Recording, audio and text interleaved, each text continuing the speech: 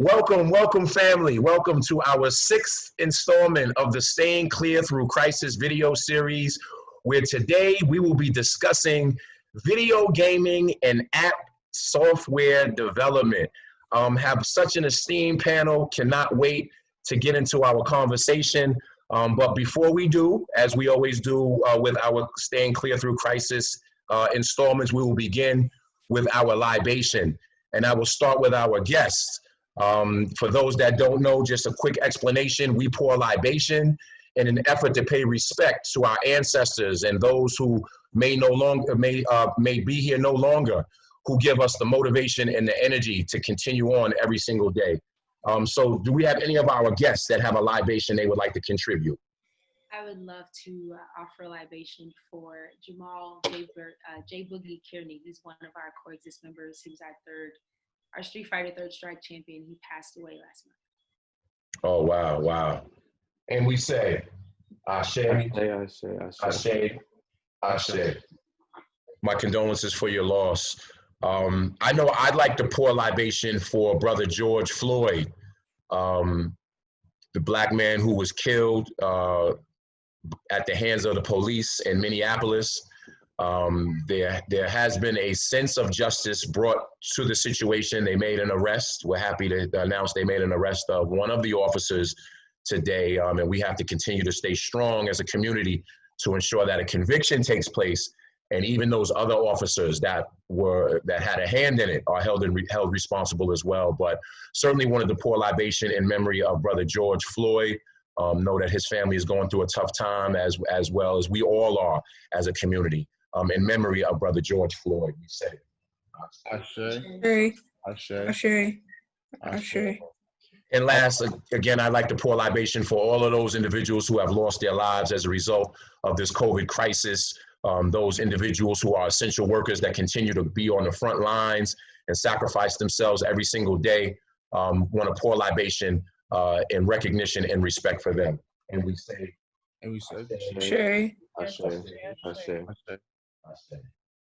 I like to pour libation to Breonna Taylor and Ahmaud Arbery. Both were victims of senseless killing. And I like to pour libation directly towards all the previous people throughout history who were victims of senseless murders. I'm speaking of Amadou Diallo. I'm speaking about Sean Bell, Trayvon Martin. Let's not forget their names, Eric Gardner, Mike Brown. Let's not forget any of their names because they're all with us today in spirit. Absolutely. And we say, Ashe.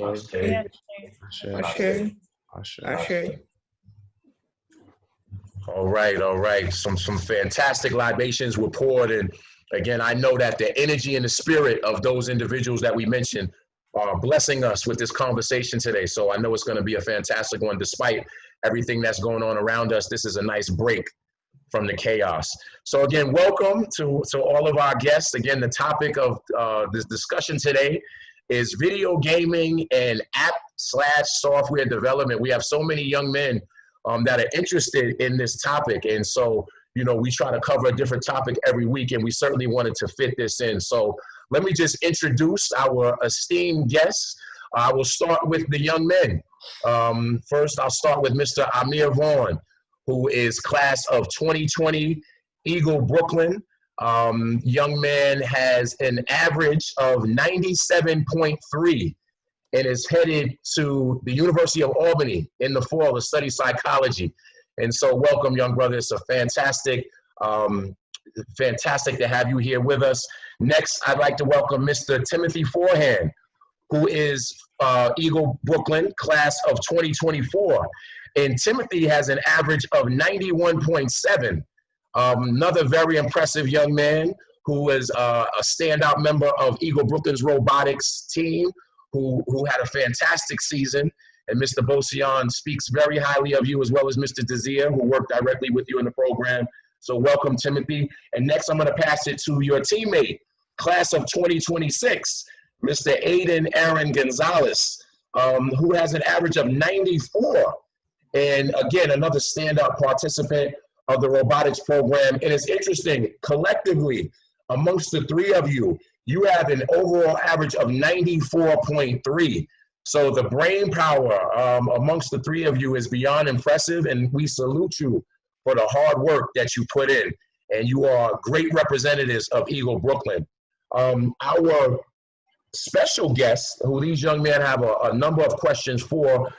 First, I will introduce Miss Jay Watts, who is a musician and co-founder of Coexist Gaming. And she's going to talk a little bit about her background and what led her to forming this company. And last but not least, I'd like to introduce Mr. Gary Coltrane, who I'm very fortunate enough to say that I was his dean when he was a student at Eagle Bronx. So he is a graduate of Eagle Bronx, and he went off to Marist College and got his degree in computer software engineering, and he is now a software engineer for Carvana Technologies in Phoenix, Arizona. So again, great panel. You guys have some experts in the field, and I know that you have a number of questions. Normally, the way the format of this program works is I ask the students a number of questions, and you guys, as you know, you were selected because you have an extreme interest in the computer software engineering app gaming field. So you've prepared some questions, and I'm going to allow us to just jump right in. And so we'll start with Amir. I know you have a question for Mr. Coltrane. Why don't you just jump right in, brother? Yes. My first question for Mr. Coltrane is, our first questions kind of is like all in one question. How many apps have you developed thus far? How popular are they? And why did you develop an app, or what made you develop an app for Mayor Bloomberg? Well, actually, you know what? Before you answer that, Mr. Coltrane, if you could just provide a just general overview for the young men, what is it that you do and what led you to that career field? Yeah, okay. First things first, I'm excited to be here with you all. Thank you for attending. Thank you for our guests, and also Ms. Watts for joining in as a fellow panelist. I really appreciate this opportunity. It started out in Eagle. My first time ever looking at code was a computer science class in my 10th grade year. I graduated class of 2015, and so I was 5 years ago when I graduated. 7 years ago per se to say I first learned how to code, and from there I kind of had some sort of knack for it. And my instructor, Mr. Bissonette, Jason Bissonette, he was the person who was on the panel last week, right? For the My Brother's Keeper panel. He's my first computer science instructor, and he recommended me to attend this program called All-Star Code. All-Star Code is a program that's currently around right now. And I highly recommend everyone who's a rising junior or rising senior in high school to attend All-Star Code. What All-Star Code does is help provide young men of color a gateway into the tech industry through a 6-week summer intensive. Within that 6-week summer intensive, the students learn app development, web development, soft skills, entrepreneurial skills, and they get access to a lot of resources. Eagle and All-Star Code work together throughout those years, and there's definitely students who attend All-Star Code from Eagle. And after doing All-Star Code, after taking that first course in Eagle, I said, no, this is for me. This is my calling. This is what I need to do. So that following year, after All-Star Code, my senior year in high school, I took AP Computer Science, went hard at it every single day in high school, learning how to code, learning online. So after taking AP Computer Science, I'm at home learning how to code.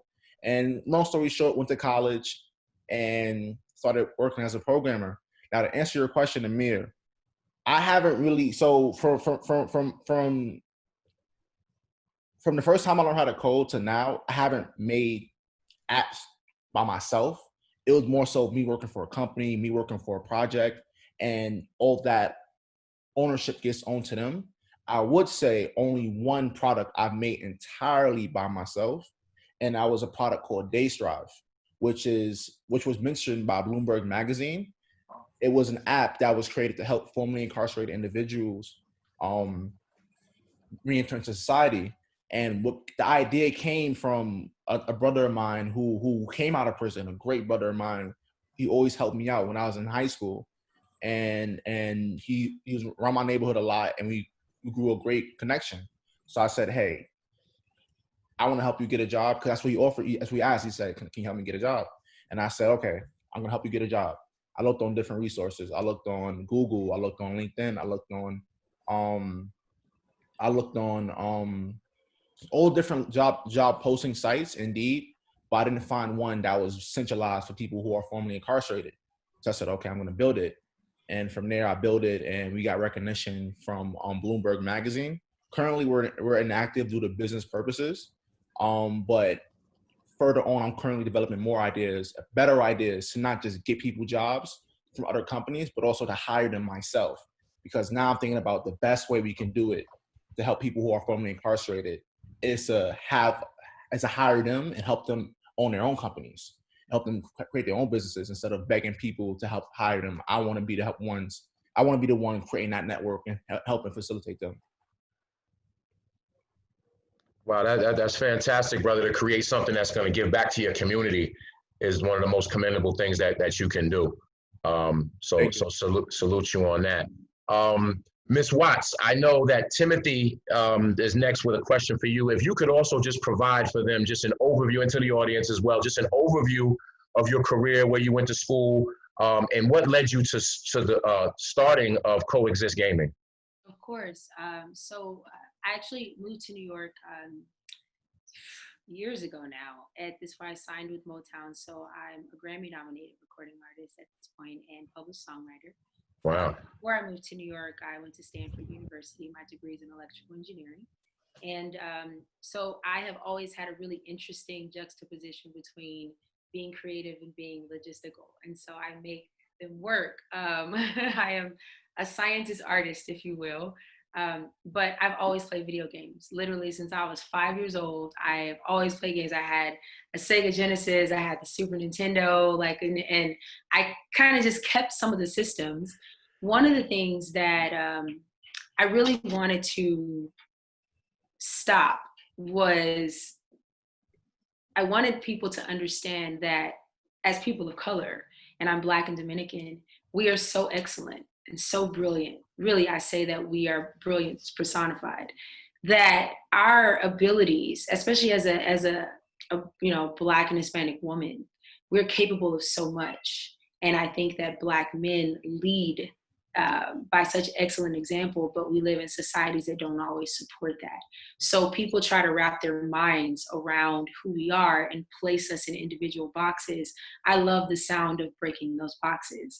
And so creating a company called Coexist, where all of the different facets and nuances of who we are can coexist, is in large part about what this company is. Coexist Gaming is actually a subscription-based gaming community and lifestyle brand that provides inclusive gaming and path to pro esports events. And when I say path to pro, imagine taking your favorite video game. We literally extract every job and career opportunity it took to make that game. And we provide workshops and seminars and classes and gaming experiences that facilitate opportunities for making that game. And then we navigate you to the publishers and to the actual engines so that we can bring that to life. But we've created a safe space, which we call our Coexist Game House in Brooklyn, for gamers, where we highlight and create career opportunities within the gaming industry that increase positivity and inclusion among gamers. Oh, wow. So okay. it's basically my dream company, because we're creating a marketing environment for growth. Mm-hmm. And, we are the coexist between tech and entertainment. So you don't have to be just an artist or just a robotics proficiency person or just any one thing. It's actually great that you're coexisting with all of the glorious things that you are. Wow. And before we end the interview, we need you to make sure you give information about that gaming community. Of course. I want all y'all to come. Yeah, all of y'all here. Yeah, I would want to be a part of it. But Timothy, what was your first question for Ms. Watts? My question is, do you have any business partnerships to expand your gaming business? Absolutely. That's a great question. And you know what? That's a part of the ongoing run of managing a gaming company. We are constantly establishing new partnerships. I know one of the gentlemen asked, and I thought it was excellent. I just wanted to touch on it. Throughout the quarantine, I'm grateful to say that the gaming industry is one of the few industries that has not been so negatively affected by it, because a lot of it is digital in large part, right? And it's tech. So facilitating these connections has been really vital for us because our community members have stayed engaged with online tournaments. We've been able to constantly, maintain a relationship with them. We've taken advantage of the game house and have done an entire remodel. And we've had conversations with the NBA for creating some 2K tournaments coming up. The C.L.E.A.R, which is the creative artist agency, they manage everyone from Denzel Washington, Dwayne Wade, and sports and entertainment. The NFL and their esports division, EA Sports. So we kind of target, and then also Unity and Epic Games. There was a 3-day LA conference I was a part of last week that was focusing on just the trajectory of the gaming industry. And so I'm really excited to say that we have been positioned to partner with companies that are IPOs, which are public companies that manufacture mobile games, to Microsoft, to Samsung, all of which are interested in diving into the gaming industry. And I'm excited that we kind of get to be a resource that helps them sink their claws into a built-in community full of people that understand exactly what they want and what they want to see happen. And we get to offer some of them advice and then expose them to our community so that we help refine the things that they're already working on. So partnerships are always ongoing and always happening. Okay, thank you. You're welcome. Yeah, and it sounds like you've taken your passion and turned it into profit, right? And that's the best thing that you guys can possibly do as you even think about your futures. When you follow something that you're passionate about, it doesn't even feel like work. And that's and it might feel like work, but it's still worth it. it's still work, right. All right, so let's shift to Brother Aydin. And again, I know you're a standout young man in your robotics team. I know Mr. Bosian said you are a superstar, and he thinks that you're going to have great things, take place even next year as the program continues. You had a question for Mr. Coltrane? Yes. One of my questions is, what types of games do you look forward to creating in the future? So I don't necessarily do games. I don't develop games, but if I can answer your question, I would say apps. Is that fine to add on to that, or websites? I would say anything. It's two things I'm going to look at. One, impact. My first goal when I first wrote my first line of code was to create something with impact and lead to major impact. Also provide opportunity to support the community financially. So I'm looking for impact and also financial growth, right? Both are things I'm looking forward to, and that can be done through technology, right? Uber is an example. A lot of people can support themselves by just working Uber, right? A lot of people can support themselves doing DoorDash. I know things are a little bit difficult now due to COVID, but that's one of the things that I'm looking forward to. Something that people within our community can successfully gain and grow and grow and make money from. Okay. Does that answer your question, Brother Aydin? Yes. Okay, great. And we'll shift back to Brother Amir. What is your next question, and who is it posed to? Okay, so my next question is from Ms. Watts. I know you said that you currently, and since you started Coexist Gaming, you have been collaborating with different companies, but is there any company or a group in particular that you would want to collaborate with in the future? I am a really big fan of Phil Spencer with Microsoft. I love everything they do. And even though we've had events with them in the past, I am excited about potentially working with them on a more deeper side, namely involving community experiences, bringing gamers opportunities through their ecosystem. I'm a really big fan of how Microsoft, they just kind of get it. They care about just being able to play on Xbox, you still play the same games. I think that's really important. Our game house, we have an Xbox room, we have a PlayStation room, we have a Nintendo room, and then we have an entire room with, for PC gamers who bring their laptops. So if you play MOBAs, LOL and Dota and Pokemon, there's a space for you. There's a space for representative every type of gamer. I think it's very important to be that versatile in understanding that gamers are really diverse people. And I think Microsoft, we would have a really great partnership, and that is something that's in the works. So I'm looking forward to watching it unfold and really come to fruition. It's very interesting. Thank you. Now, I have a question. Now, when you say rooms, are these virtual rooms or are these actual rooms where people come and they actually play the games? It's actual rooms. Oh, So okay. I know some of you might be too young to. Have you heard of Soho House? I don't know if you've heard of Soho House or not. It's kind of it's funny. I call it a flex, but it's like a big building full of. It's just like a networking place where people come. They have a membership there. We're sort of that for gamers. You walk into this 2,000 square foot duplex. It's 3 rooms upstairs, and then there's, the backyard. But you get to congregate. So our monthly calendar is comprised of, and this is where, Timothy, you were saying the partnerships. We are always thinking about our community, and we have the largest gaming community in New York. We're always thinking about, who are these gamers? What do they love? What are they passionate about? Because gaming is basically, for me, it's the glue. It's a synergistic component that brings us together and bonds us together. But once we're here, how do we facilitate more opportunities with all the greatness that we've been brought to, right?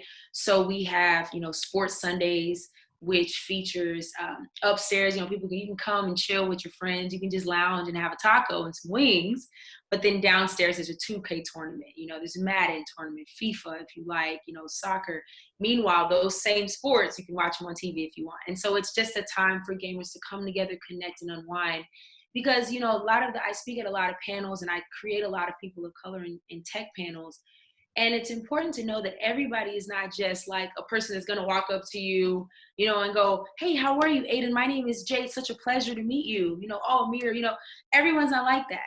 So how do we, in caring about people, how do we create opportunities for a person that doesn't necessarily know how to walk up to someone and just immediately start talking to them?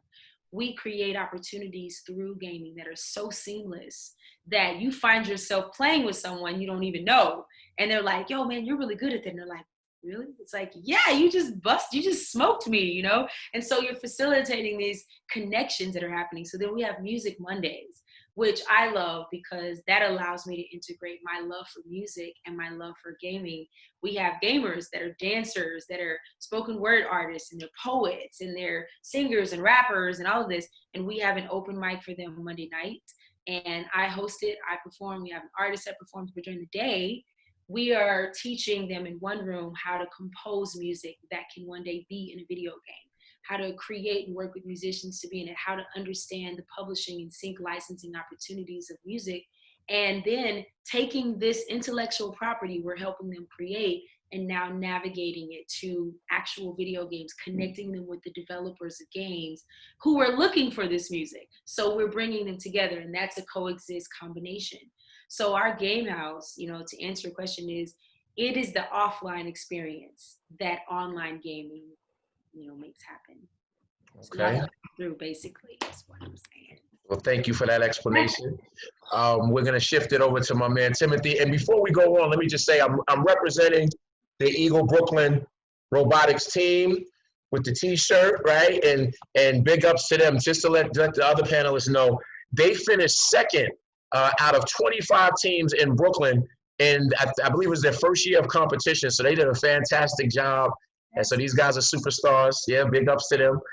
But Timothy, you had a question for Mr. Coltrane, correct? Yes, I do have a question for Mr. Coltrane. What type of coding language do you use for your apps? That's a very good question. That's a very good question. I told you he was a heavy hitter, brother. Very good question. So the way it operates nowadays, and this is a lot different from where I started, you can use one language to actually do different types of apps, whether it be on the web, whether it be on mobile. But what I do now, I do more so JavaScript. I can name all different languages that I've learned over the years, but if I could name the few important ones, I would just say JavaScript, Java, and Python. Those 3 languages, I highly suggest everyone interested in programming to learn, because from learning those 3 languages, you're gonna learn how to make iPhone apps. That's with JavaScript. You're gonna learn how to make websites. You're gonna learn how to make Android apps. That's with Java and JavaScript. and you're also going to learn how to manipulate data.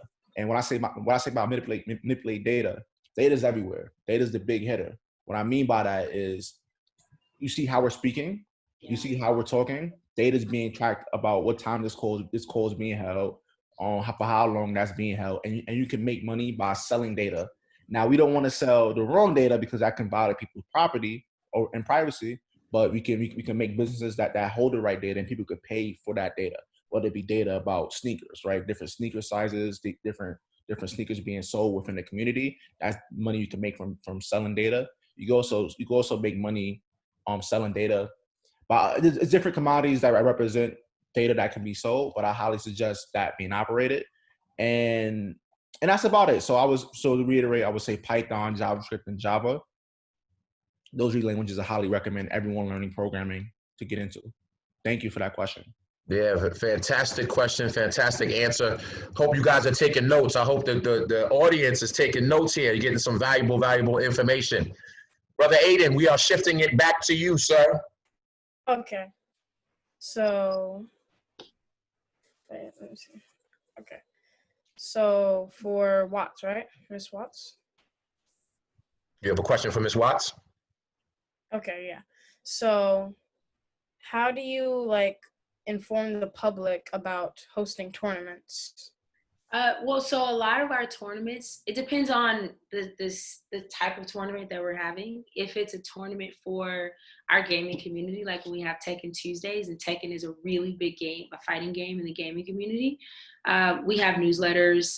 We have our calendar. So a lot of our members tune in to our website, but we use social media all the time. So I'm always posting on my story. Then we have larger events. For our monthly events, we promote with ads, sometimes sponsored ads, Facebook or Instagram sponsored ads, but our newsletter is pretty extensive, and word of mouth is really big in our community. One of the things I think is important is in preserving the integrity of the gaming experience. So we have a lot of pro level gamers that come to our events, but then we also have a lot of just casual gamers that just want to have fun.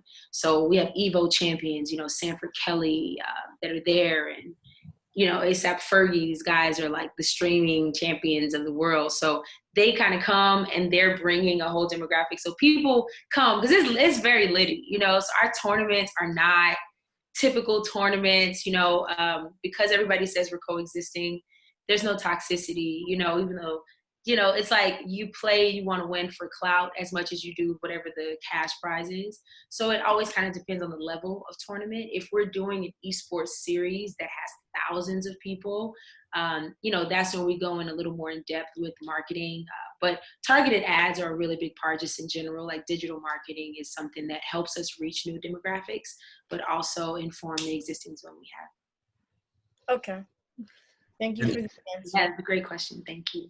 Yeah, another great question. It's interesting because I know we have some parents that are tuned in and they may see their sons playing video games a lot. But I think one thing that we have to keep in mind and be a little bit more patient with our young men about is that the gaming community is a way for them to stay socially connected.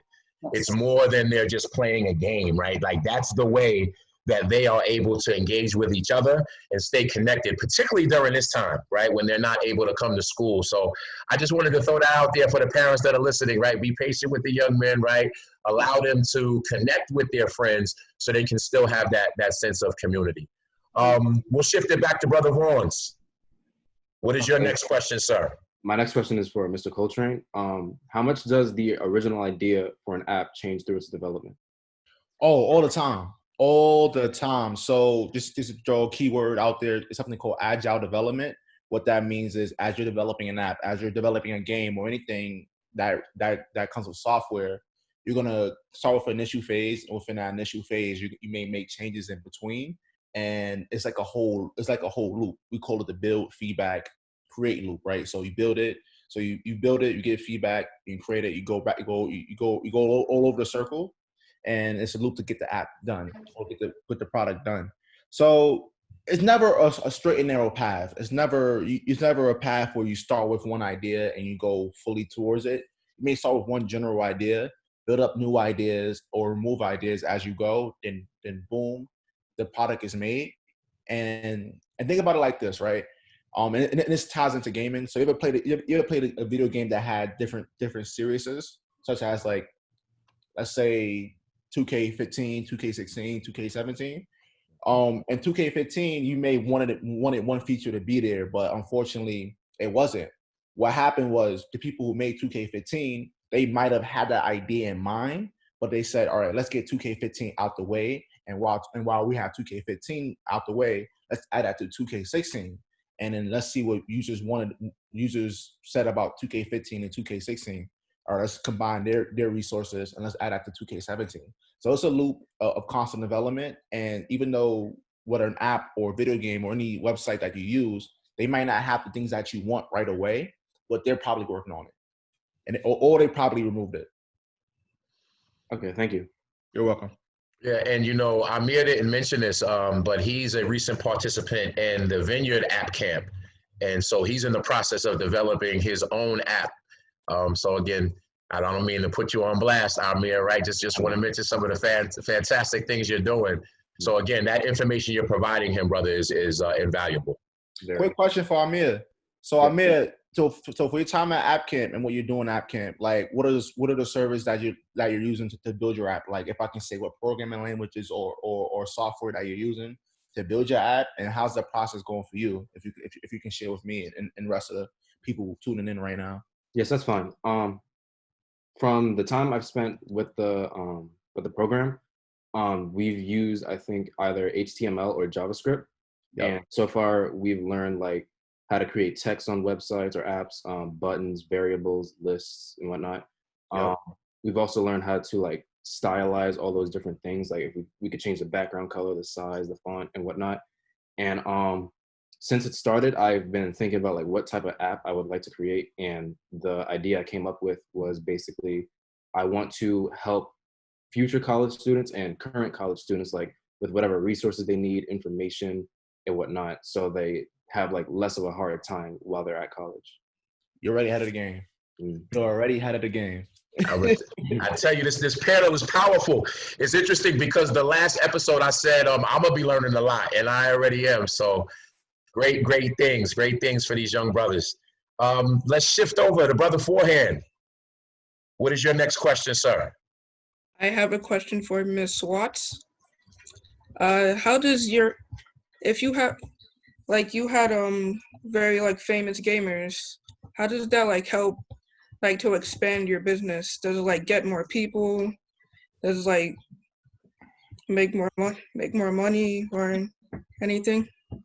It definitely does help get more people. To some extent, it's more so it lends credibility to how authentic we're keeping the gaming experiences. It lets us further know that we are not just appealing to gamers that are just kind of like just casual play, which we do a lot. It also helps us understand that we are creating experiences that are so authentic, so legit, that even pro level gamers are gravitating to these experiences. One of the best things that I feel is when someone walks into the game house that's never been here before and they relive their childhood. So when you like pick up, you pick up the joystick and you're like, they're just like, I haven't played this since I was like, whatever. And it's just a beautiful thing because someone else is like, oh, you used to play this? Like Ninja Turtles, like we have a 4-player arcade. And it's like so dope, like the actual arcade, and it is a game that was available on from Sega on the Genesis. And for a person to come in that they may not have ever played Sega, but they heard about the game and they're like, yo, I never played that. And it's like, oh man, I used to play this all the time. Come play with me. And it's 4 players, so now you have 4 people that are now engaging in experience that they had. And one of them could be Sanford Kelly, who's like Marvel vs. Capcom 2 champion of the world in 2009, And he's just like, oh man, you're really good. And you're like, Sanford Kelly just said I was really good. So it's cool because you walk in, it's just like anything else, right? You walk in, you never know who you're going to see. You never know who you're going to be playing next with. You never know who you're going to coexist with. So it does its own marketing. Okay. Yeah. Thank you. Now, what's interesting is this, right? So these guys, I know you're mentioning Sega Genesis, joysticks, Ataris. Have you guys heard of these things? I know now we in the PlayStation. I think they're about to come out with PlayStation 5, I believe, I right? heard that stuff. Yeah. Oh, I have as okay, well. so you know. All right, good. I didn't know. I wasn't sure. I had to figure I had to ask. All right, brother Aydin, we are shifting back to you, brother. I have one for Mr. Coltrane. How much time and energy does it take to make an app? Oh, you gotta put your heart and soul to that, man. You gotta put your heart and soul into it. I mean, you gotta have patience, you gotta have commitment, you gotta have time because you want to make it, you want to make sure it's perfect for the user. You gotta make sure that it satisfies their needs. So to answer your question directly, it depends. So like it depends on what you're trying to do, right? So I can say for one app that I made, the Day Tribe app. I started it in August 2018. It was just a thought in my head. August 2018. I want to help people come out of jail and get jobs so recidivism can lower within our communities. That was the initial thought that I had in my head. Then I said, okay, I'm gonna write it down, what it means, what it's about. Then I started coding. That coding phase took about 8 months. Then I finally launched it. Then after I launched it, I added new features. So it's never done. The app is never done. Once you created it and you're out there, the user's going to use it. They're going to say, hey, we want this, we want that. You're going to see things. So it takes some time. I can say for a usable app, at 5 months is a good reasonable time for a usable app. And I would imagine anything that you put your name on, you want it to be the best that it possibly can be. Right. So even when we talk to you guys about staying clear and giving 100% effort, like that's what that means, right? That means that no matter how much time it takes that to put into it so that you are satisfied with the product that you've produced, you do that. And so because your name means a lot, particularly when it's attached to something that you've put so much work into. All right. Sorry. I just want to add on to what you said, Mr. Barnett. Brilliant thing Mr. Barnett just said, like, you want to put your heart and soul into it. You want to make sure that it represents who you are and who you're about, So when you get into this development industry, whether you're developing games, whether you're developing apps, whether you're developing a website, look at it as not just, hey, I'm just doing this. Look at it like, this is me. And this is what I'm about. And I'm going to do this no matter what. I'm going to build it. Because that's when that passion kick in. That's when that love kick in. And when that love and passion kick in, that's when you build something that's going to stick with you. No matter how it goes down, deep down in your heart that this is you and it's what you're about and it's what you've done. Then you do it, Spoken like a true eagle. That's what I'm talking about. All right, guys. So we have time for one more question from each of you for a panelist. All right. So we'll shift back to Amir. What is your last question posed to which panelist? Okay, so my last question is for Ms. Watts. Other than gaming itself, what inspired you to create Coexist Gaming? My love for connection. I think that we are so connected as people that it's very easy to lose sight of how necessary and powerful it is for us to come together and build empires. I am all about empowering minds. And, it's very easy to focus on our differences, but then focusing on those differences, if they don't create unity, then you're doing the differences a disservice. We're meant to be different, right? But if we start focusing on the things that bring us together and then building on, respecting our individual talents and gifts and building upon that, gaming it's funny how it's a very trending thing now. It was never like something that I thought was cool. I just played video games, and then all of a sudden it's cool because I'm a girl that plays video games. Gaming has always been something that I enjoyed because it allowed me to sort of create an imaginary world that was sometimes more exciting than the one I lived in physically. And understanding and knowing that, I know I'm not alone in that. And so I think one of the biggest misconceptions, I say this all the time in meetings with other CEOs, is that gamers are not these antisocial derelicts that they think we are. We are people, and we have a common interest. People capitalize on our common interests, especially as leaders of culture, all the time. I want to capitalize on a gamer's interest in order to facilitate opportunities for them. And so that's how I leverage my interest in the gaming community, by connecting with coders like Gary and other developers that are interested in building. I'm passionate about creation. So I created a world where people that are strangers could come together, find a thing that they love because of a thing that they loved. And that's what Coexist allows to happen all the time. Thank you very much. You're welcome. Great. Very, very impressive. Very, very impressive. And I salute you again for following your passion. So many people go through life without the freedom to do that, and the courage to do that, and the confidence in themselves. So I salute you, sister, for what it is that you're doing. Brother Timothy. Yes, I have a question. My last question is for Mr. Coltrane.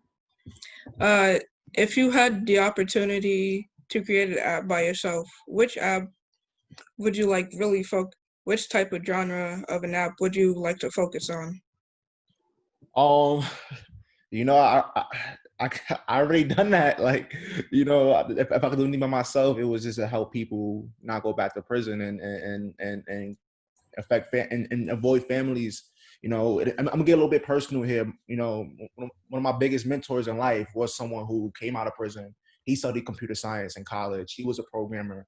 He was IBM satisfied. He's also my cousin, and he helped motivated me as I transitioned from high school to college.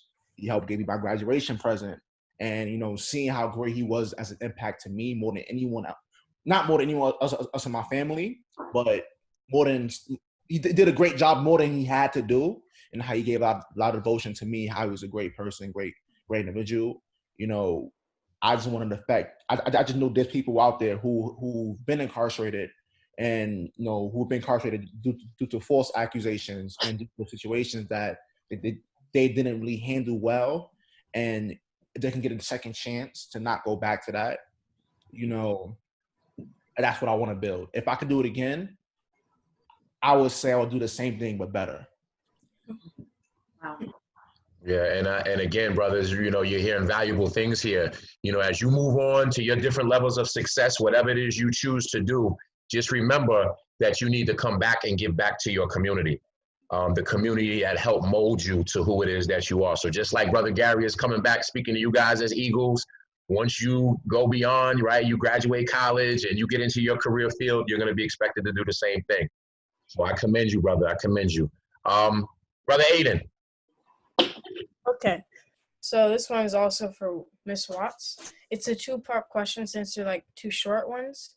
The first part of the question is, are there age restrictions for attending tournaments? And how do you create an environment for all ages? Those are excellent questions. So no to the first answer. There are no age restrictions, depending on the day. And then I take a lot of pride in creating experiences that are meant to cater to everyone. So we have our community, we have about 3,000 members, and a lot of them, I know, look at his face, a lot of them, more than you normally see, some of them are women. And I'm used to walking into rooms with my arcade stick and guys like, what's she doing here? So I wanted to create experiences that would allow women to feel comfortable. So when you see women, which, you know, guys usually like, but in addition to that, we have Coexist Kids every third Saturday. And so we have an entire game room with games that is probably going to be gamer heaven for you. So, and the goal is for there not to be any restrictions. We have light gun, you know, games, we have fighting games, sports games, games on the CRT, but even, you know, board games. It's not even just video games. You know, the idea is if gaming is the bonding agent, then why limit it to just being inside of a tube? And so the goal is to create those connections. So if you like playing Connect Four or Jenga or pool or foosball, whatever it is. It's just kind of like a bunch of different games. So definitely no age limits.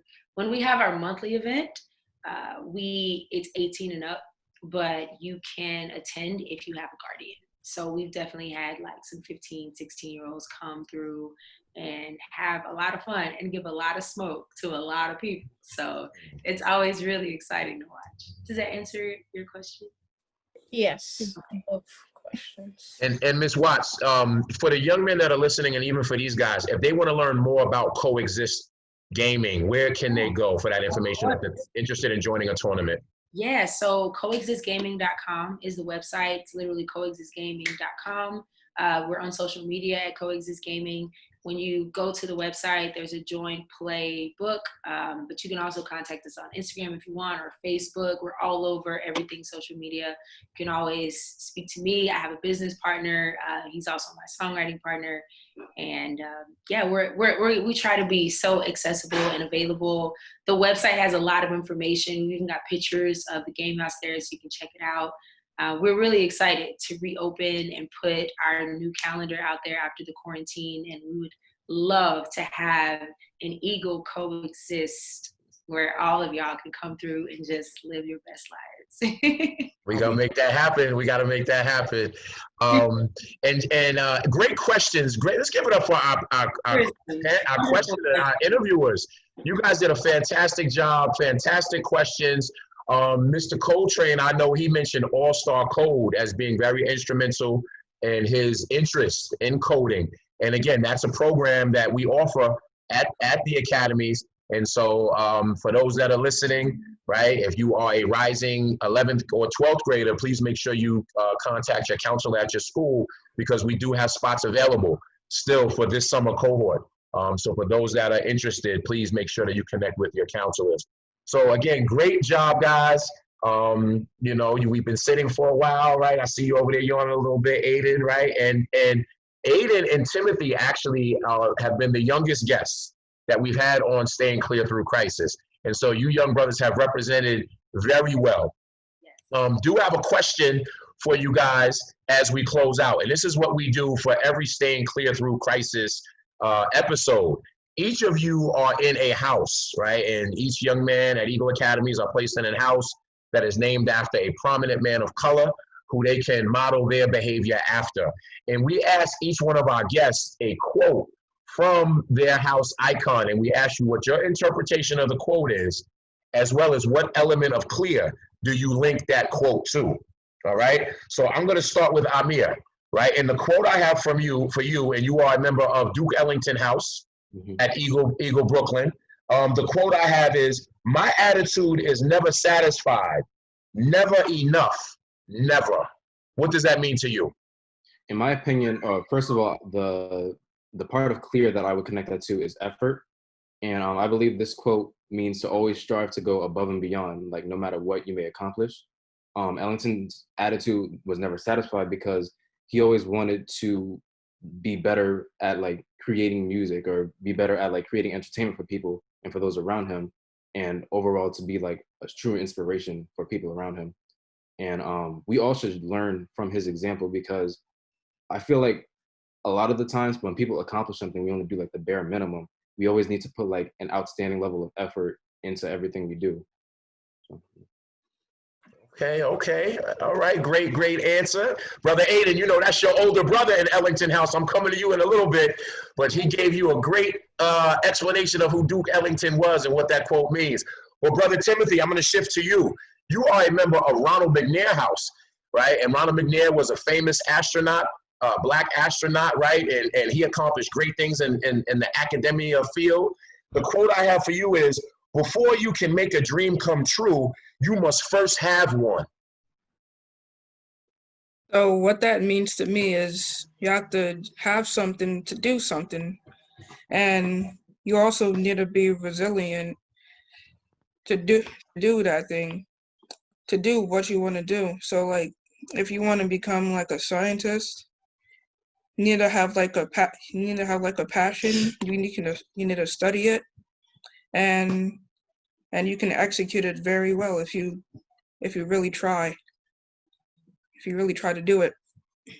Absolutely, brother. You got to give that effort. And secondly, what I'd add to that is you have to have confidence in that dream, right? And so that's why that C and clear is so important. You have to have confidence in yourself. You got to be your number one fan. If no one else in the world thinks that you can do something, you have to believe that you can do it, right? Because if not, we wouldn't have had a Ronald McNair. And so he's a great example to look after. Brother Aydin, I'm coming back to you, to Duke Ellington. The quote we have for you is, a problem is a chance for you to do your best. So what I think of that, it resonates for resilience, because no matter your struggle or difficulty, working your hardest and doing all you can, do 100%, will help you succeed. Great answer, brother. You're absolutely right. Give it up to your younger brother, Amir. Right. He's followed in your footsteps. He's gonna be a leader in Ellington House. Well, great answers, guys. Thank you so much for that. Before we close out with our Invictus, Amir, I actually have another question for you. Typically we have our seniors on the show, and it's a shame because of this COVID crisis. We're not going to be able to get back for the end of the year. So we've given every senior who's been on the show an opportunity to just shout out those instructors that have helped them along the way, right? Principal Mead does a fantastic job, and there's so many educators at Eagle Brooklyn, particularly in the technology field. I mentioned Mr. Bocian earlier, Mr. Duncan. But are there any other educators at Eagle Brooklyn that you would like to just acknowledge for helping you throughout your journey while you've been there? Honestly, if I were to take time to name every one of them, it would take too long. But the main ones I want to shout out are definitely Miss Rosario, who is a 9th grade and 11th grade Spanish teacher, Miss Fidel, who is a 10th grade E.L.E.A. teacher, Mr. Payton, who teaches 11th grade and 12th grade AP classes, and just like so many other teachers in my school that have helped me and supported me like throughout my journey in high school. Right. Okay, well, great, man. Yeah, I know they're very proud of the young man that you've become, and I know you're going to go off to UAlbany and do fantastic things, right? So we are going to close out again like we traditionally do on Staying Clear Through Crisis. Again, thank you so much to all of the panelists.